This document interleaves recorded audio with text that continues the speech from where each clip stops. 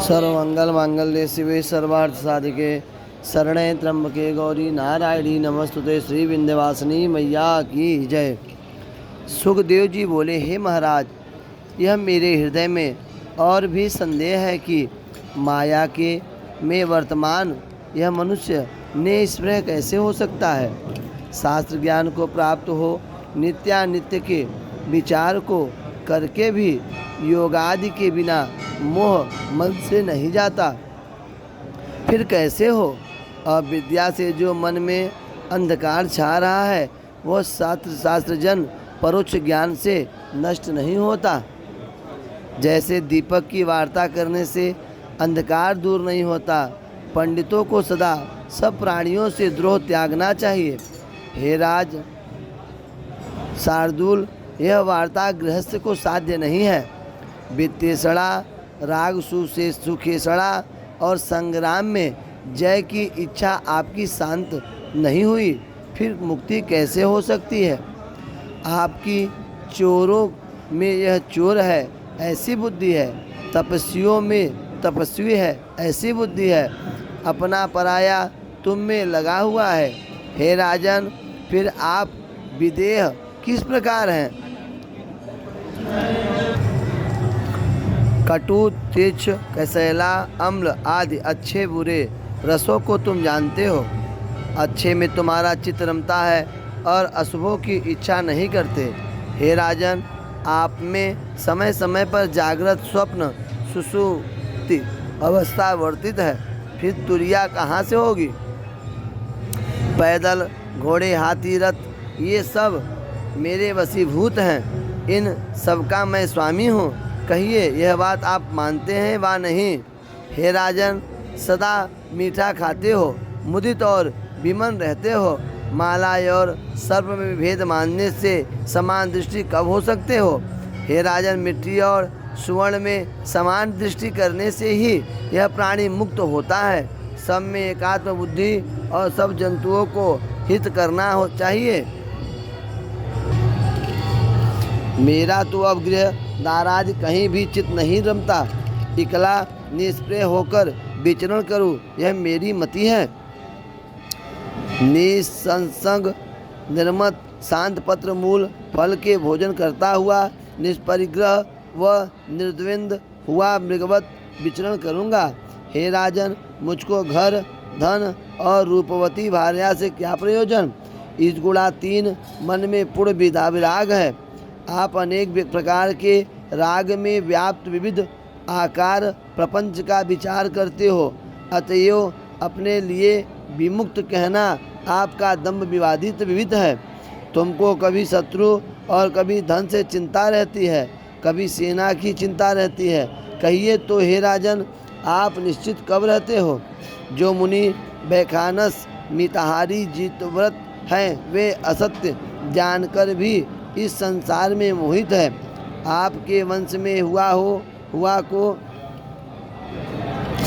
का जो विदेह नाम है, यह कुटिल नाम है, अपने इसमें अन्यथा नहीं है। जैसे मूर्ख का नाम विद्याधर, जमांदा का नाम दिवाकर हो, दरिद्र का नाम लक्ष्मीधर हो, यह नाम निरर्थक ही है।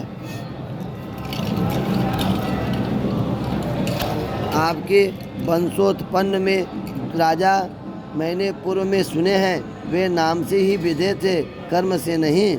हे राजन, तुम्हारे पहले कुल में निमित्त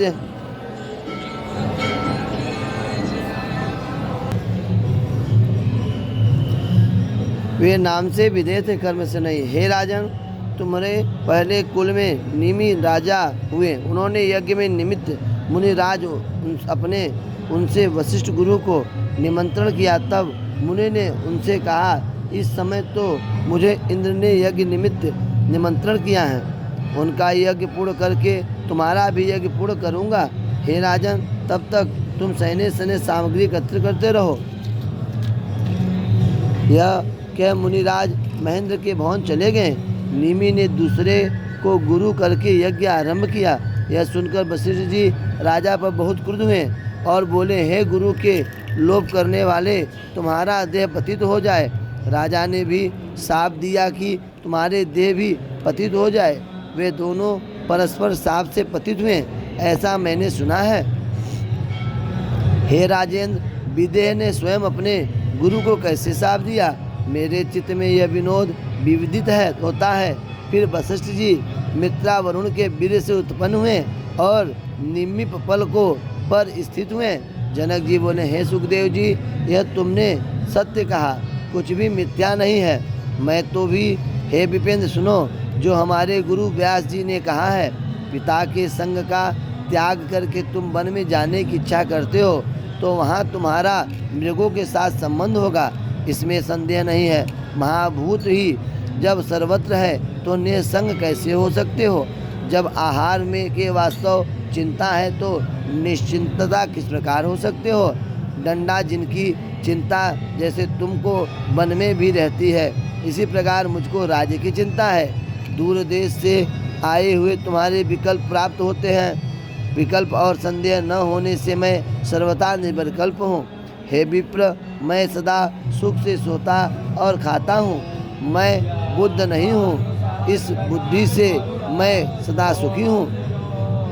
मैं बद्ध हूँ, इस शंका से तुम सदा ही दुखी हो। इस शंका को त्याग करके सावधानी से सुखी हो जाओ। यह देह मेरा है, मैं बंद हूँ, इस विचार से मुक्तता नहीं होती। धन, घर, राज्य जो भी मेरा नहीं है, यह मुझको निश्चित है। जब देह की मेरा नहीं है तो राज्य कैसे है? सूत जी बोले, हे राजा, यह राजा के वचन सुनकर सुखदेव जी प्रसन्न हुए और राजा की आज्ञा लेकर पिता के श्रेष्ठ आश्रम को गए। पुत्र को आया देखकर व्यास जी प्रसन्न हुए, आलिंगन कर सिर शुंग कुशल पूछने लगे। उस रमणीय आश्रम में पिता के समीप स्थित हुए। वेदाध्ययन में संपन्न, सब शास्त्रों से पंडित हुए। राज्य में स्थित जनक की दशा को देख बड़ा निवृत्ति को प्राप्त होकर पिता के आश्रम में स्थित हुए। पितरों की पीवरी नामक कन्या परम सुंदर थी।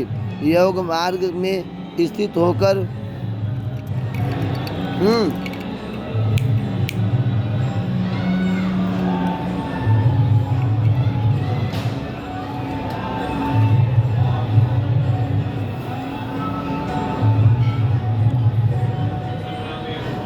होकर भी सुखदेव ने उसे पत्नी बनाया।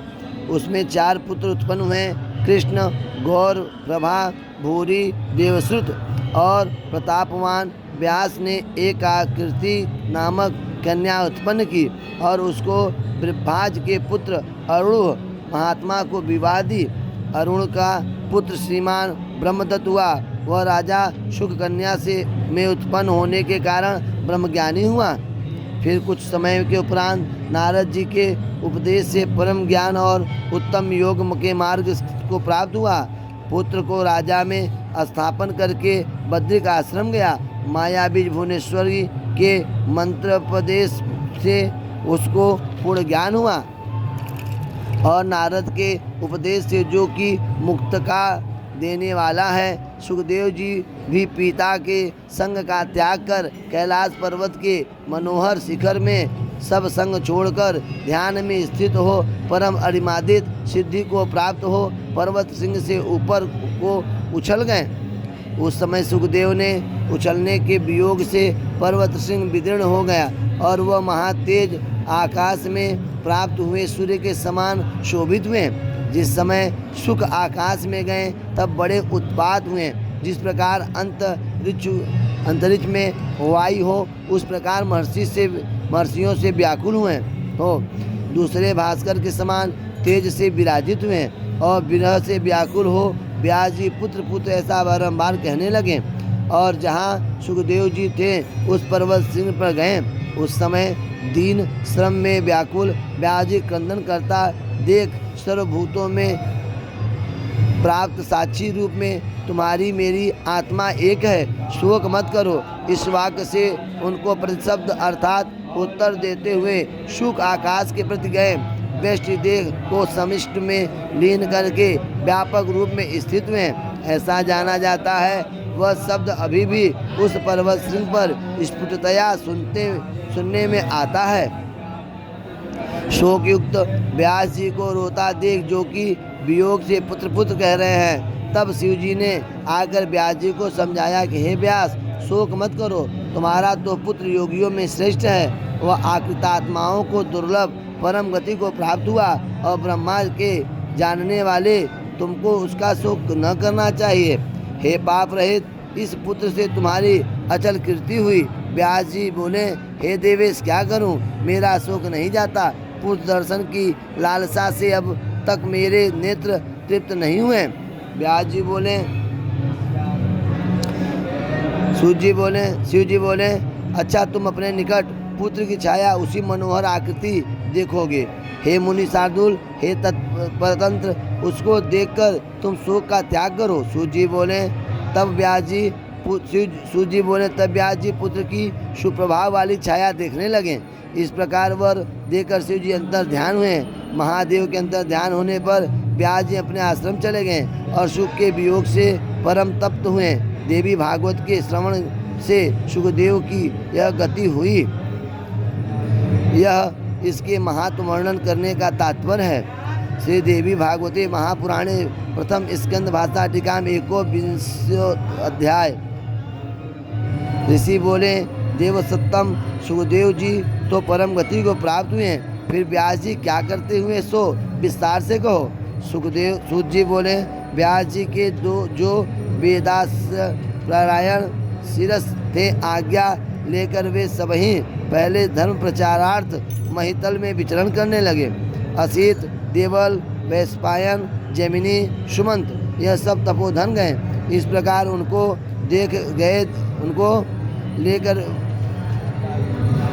गए देख और सुखदेव की परम गति विचार व्यास जी ने महात्माओं के विरह से व्याकुल हो जाने की इच्छा की। मन में व्यास जी ने उस श्रेष्ठ विषाद कन्या का स्मरण किया। उसको गंगा के तट पर शोक से मुक्त देखा, तो यद्यपि वह पाराशर के स्पर्श से मुक्त रूप थी। इस प्रकार व्यास जी सत्यवती का स्मरण कर इस पर्वत श्रेष्ठ को छोड़कर वे महातेजस्वी मुनि अपने जन्म स्थान में आए और द्वीप में आकर निषाद के पूछा कि वह श्रेष्ठ कन्या कहाँ गई। तब निषादों ने कहा, वह राजा शांतनु को प्रदान कर दी गई। फिर दास राजा ने व्यास जी की बड़ी प्रीति से पूजा की, स्वागत से सत्कार कर हाथ जोड़कर बोला। दास राजा बोले, आज मेरा जन्म और कुल पवित्र हुआ, जो देवताओं को भी आगम्य तुम्हारे दर्शन मुझे हुआ। हे द्विज, जिस निमित्त आप आए सो कहिए, हम सुनेंगे। दारा, धन, पुत्र ये सब तुम्हारे अधीन हैं। तब व्यास जी ने सरस्वती के किनारे अपना आश्रम बनाया और तप करने की वहाँ ही स्थित हुए। बड़े कांति वाले संतनु राजा से सत्यवती के 2 पुत्र हैं। यह सुनकर व्यास जी ने मन में सुख माना और तप करने लगे। उस पुत्र के पहला रूप यवन संपन्न चित्रांगद सब लक्षण से संपन्न था और दूसरा राजा पुत्र विचित्र बीड़ था। वह सब गुणों से युक्त संतनु का आनंद बढ़ाने वाला था। और गंगा के से राजा के बड़े पुत्र महाबली भीष्म उत्पन्न हुए थे। इसी प्रकार सत्यवती से 2 पुत्र उत्पन्न हुए थे। शांतनु उन सब लक्षणों से युक्त पुत्र को देखकर अपने को देवताओं से भी अजय मानते थे। फिर कुछ समय उपरांत शांतनु काल कविलत हुए और महात्मा जी ने वस्त्र के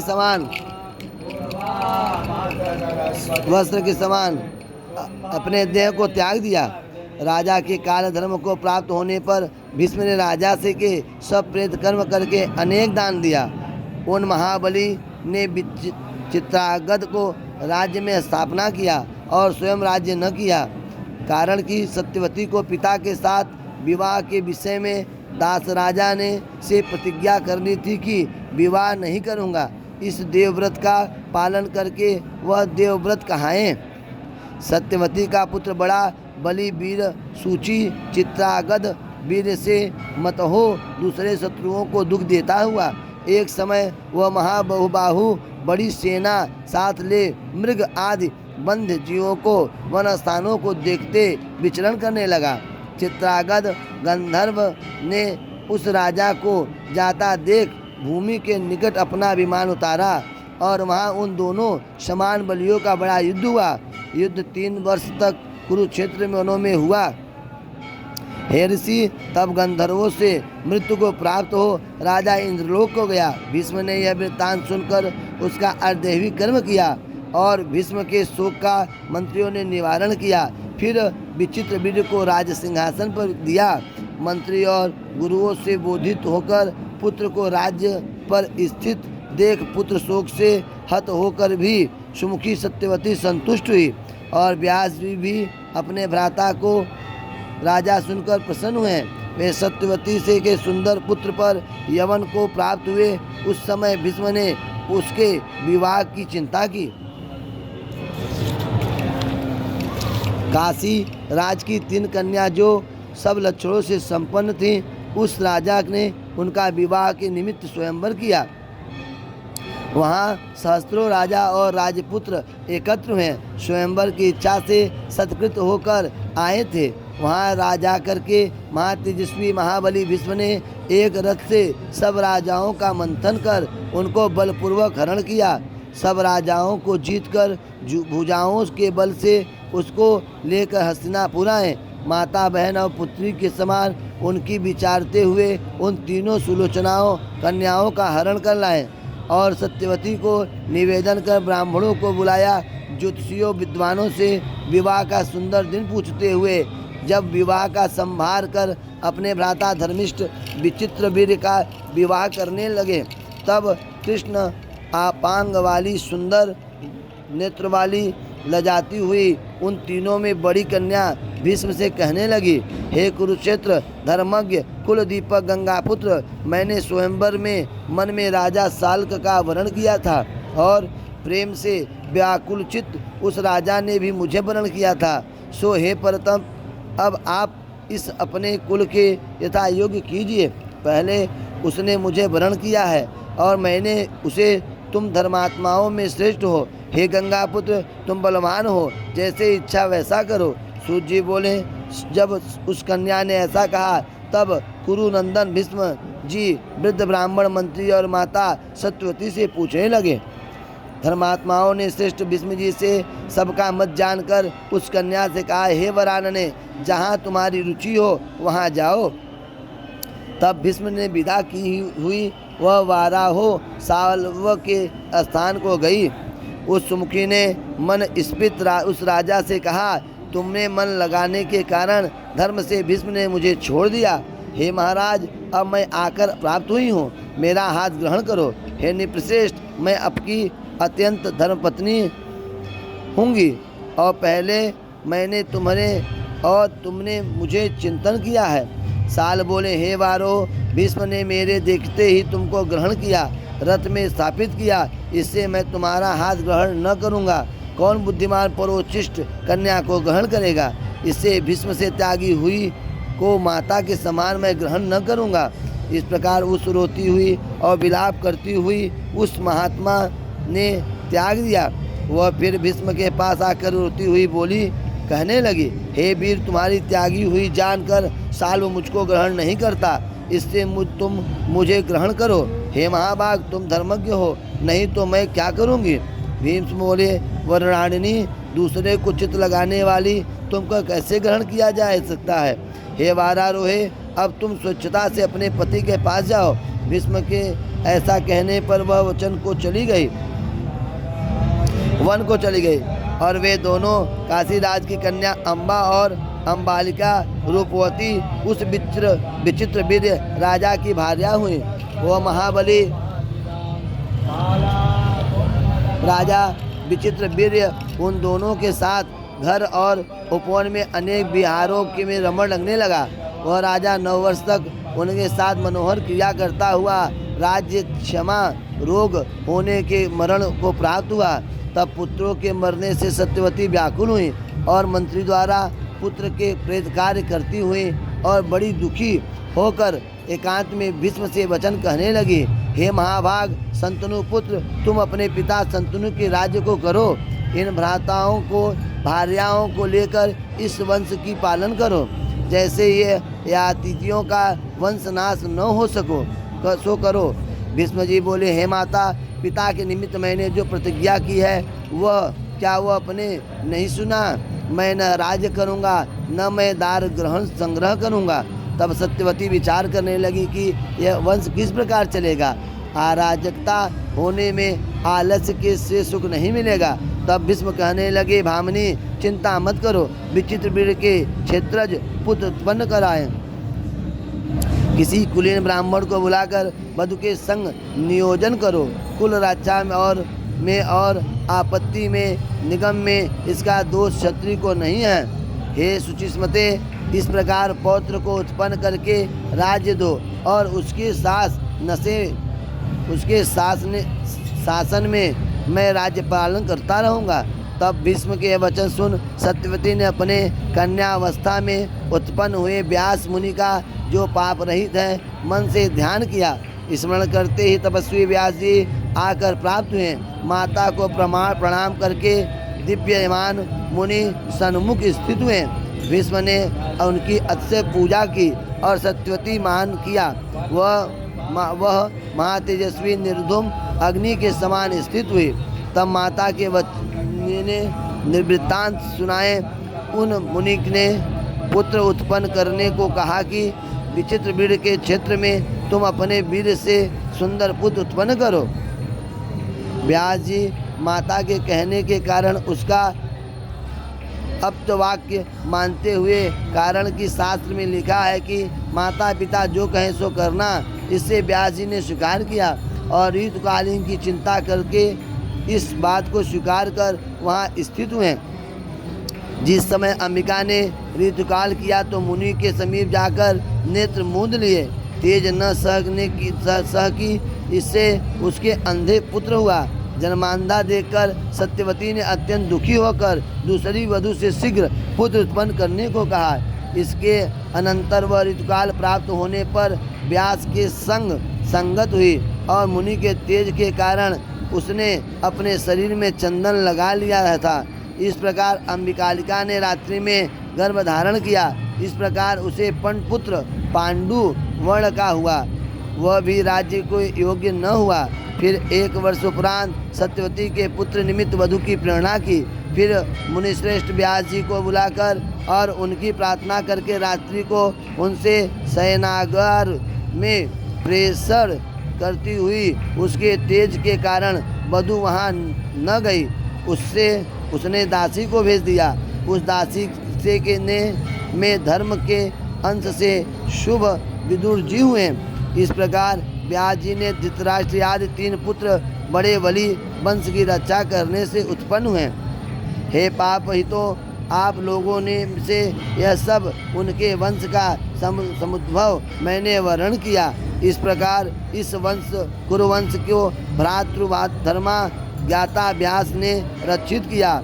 इस ग्रंथ संदर्भ में यह दिखाया कि इस संसार में बड़े वंशों की भी यह दशा है। इसका कारण इस संसार में सशक्त न होकर देवी की उपासना करके संसार से निर्मुक्त होना चाहिए। 1184 श्लोक में देवी भागवत का प्रथम स्कंद पूर्ण हुआ। फिर श्रीमद्